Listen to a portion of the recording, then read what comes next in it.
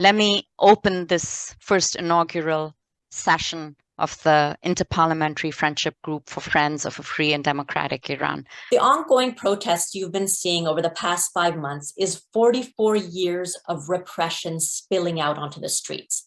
Women are legally and systematically discriminated against. Ethnic and religious minorities are persecuted. There's no freedom of expression, and journalists are regularly arrested for stating anything against the regime. Lawyers are detained for defending the rights of their clients. Basic social freedoms like singing and dancing are banned. A complete police state where the Islamic Revolutionary Guards keep everyone in check.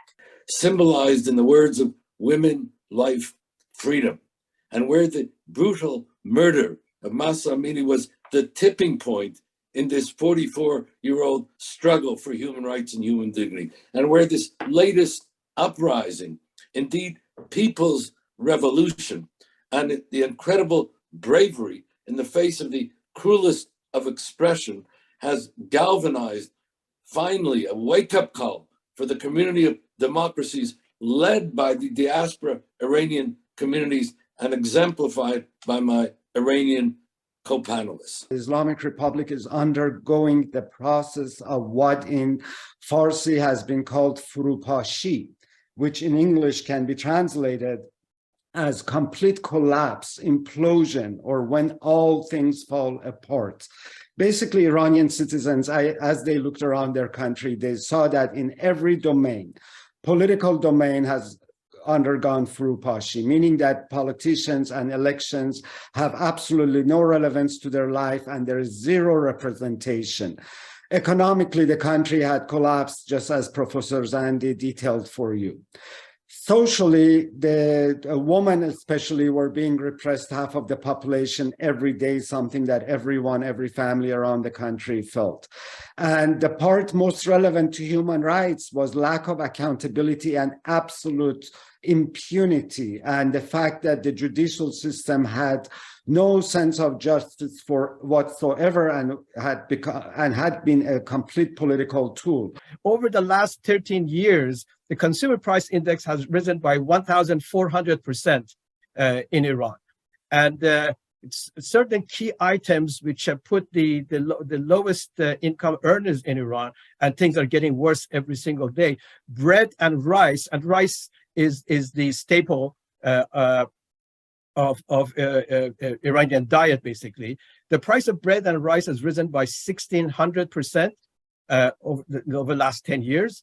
Meat, probably around 1,800%. Eggs and dairy, around 2,500%. Cooking oil in excess of 4,000%. So when we look at the uprising in Iran, which has started with Mahsa Amini's being detained and then murdered by the regime, the starting uprising has nothing to do with economic factors, even though economic factor has been there on the back of people's mind. Now is beginning to affect the ordinary average people who were not maybe participatory in the streets of Iran, across Iran.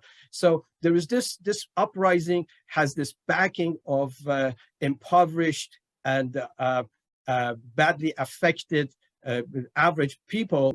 So if you looked at the over 1,000 innocent people gunned down in November 2019, many of their families asked for accountability, went to judiciary. They wanted someone to be held accountable. Nothing happened.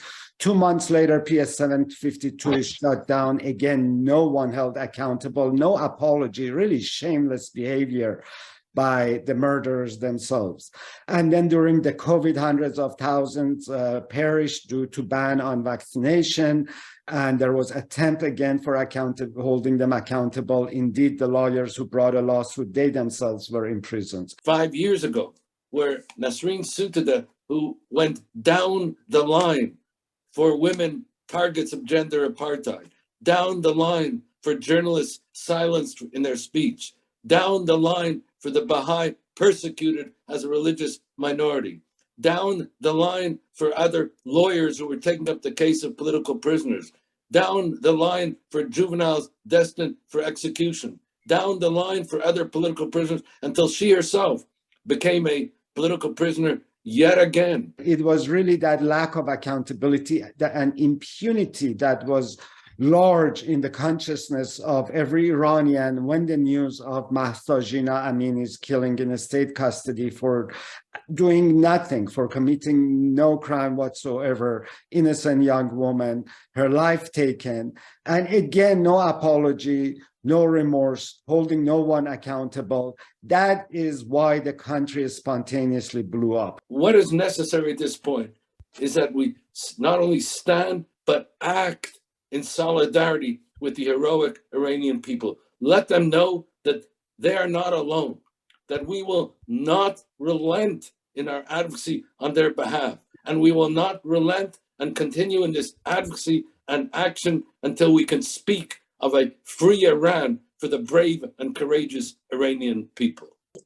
Our group, Iranian Justice Collective, created a database of the political prisoners. Now, there's about 20,000 plus political prisoners. We've managed to collect the information of about 3,000. And what we were hoping to do is match them with politicians around the world so that their names are exposed.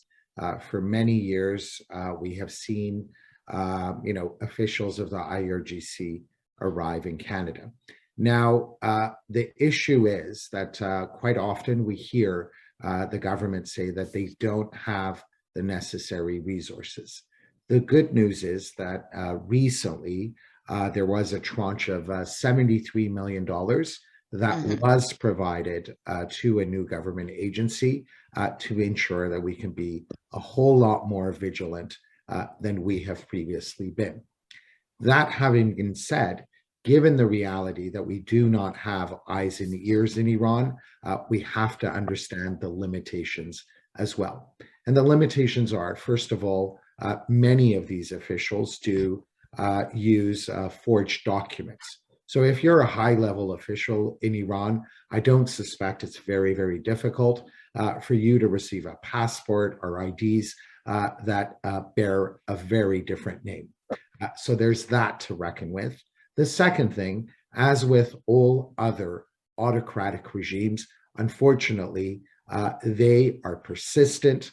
They try to figure out where those loopholes are and how to ensure that they can work around all sorts of safeguards that are instituted. Because the belief was that if you list the IRGC as a terrorist organization, you will thereby end up targeting some innocent Iranians who have been conscripted and become members of the IRGC. I took the view then and maintain the view now that it is possible to frame such legislation and take account of that possibility. The US, for example, has done that. There are models for how that can be done.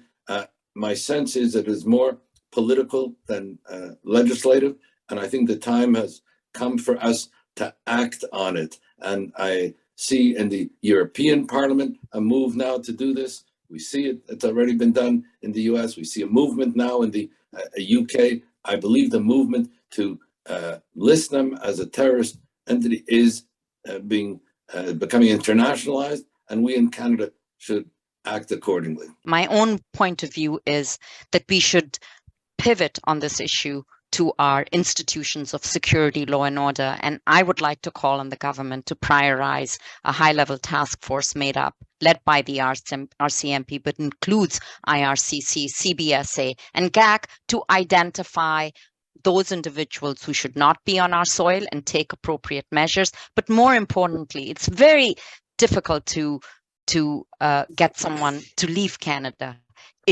It's much more important to prevent people from coming into Canada.